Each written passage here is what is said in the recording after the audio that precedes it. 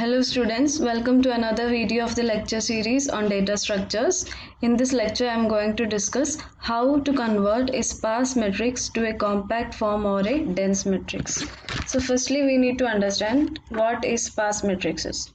A sparse matrix is a large matrix. That means its size will be so large and most of the elements in that matrix will be 0. Okay, so what happens here is when the size of a matrix is very large, it will take more amount of space to get stored.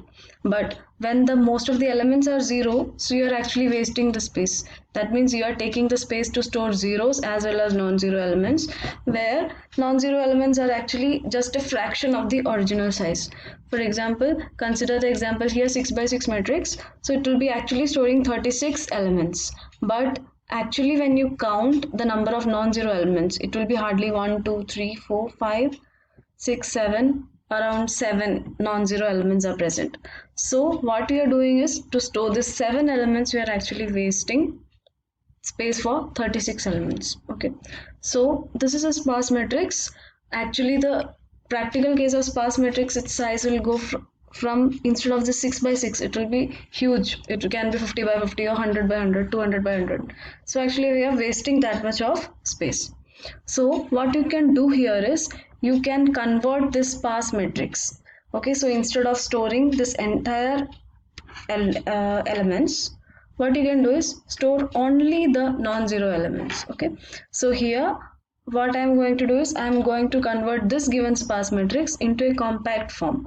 It's also known as a dense matrix. Now how you can do it is, the logic here is, identify the size or the number of non-zero elements. Okay, and after that store only its row value, column value and the original non-zero value. Okay, I will explain once more. So instead of storing all the elements, take the non-zero element, store its column value, row value and its original value that is having into a separate matrix. Okay, that can be done here. So coming to the program, we are using C++ to implement this.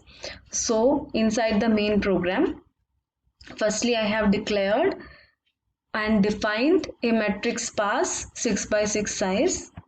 Now using this for loop, what I am going to do is, I am identifying the number of non-zero elements. Okay, so I have variable size, initialize it to 0, and after that using two for loops for traversing through this 2 by 2 matrix, identify them. How you will identify? Use a simple if statement. If the sparse ij is not equal to 0, increment the size, and finally this size variable will be having the number of non-zero elements. Now next step is define another matrix which is going to store your compact form. Okay, so dense matrix is the name of the matrix which I have created to store my final matrix. So what it is doing is, there's another variable k to keep the counter of this dense matrix. Now the dimensions of the dense matrix will be, the number of columns will be 3 because we are storing only the row index, column index and the value.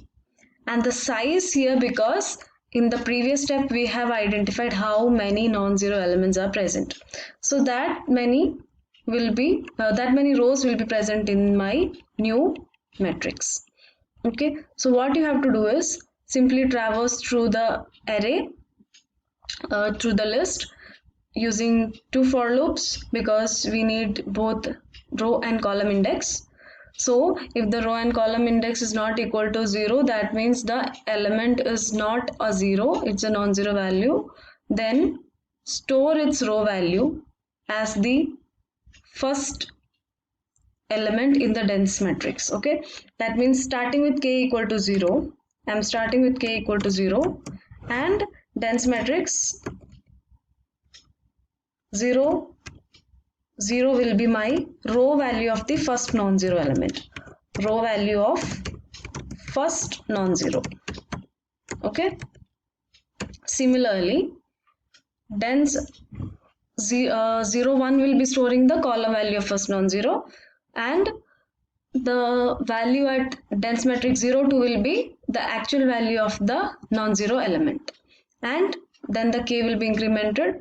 So second row of this means that after the first for loop I have completed my first row of the dense matrix. Okay, first row is storing all details regarding to the non-zero element, that is first non-zero element is stored as the first row in the dense matrix.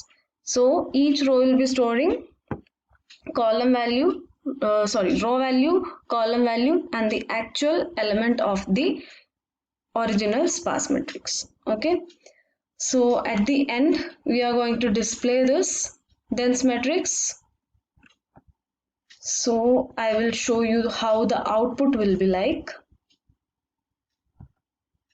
So this is how our final output will be present. So 0, 4, 4. 0 indicates the row value of the first column, first non-zero element, column value of the first non-zero, and the original value.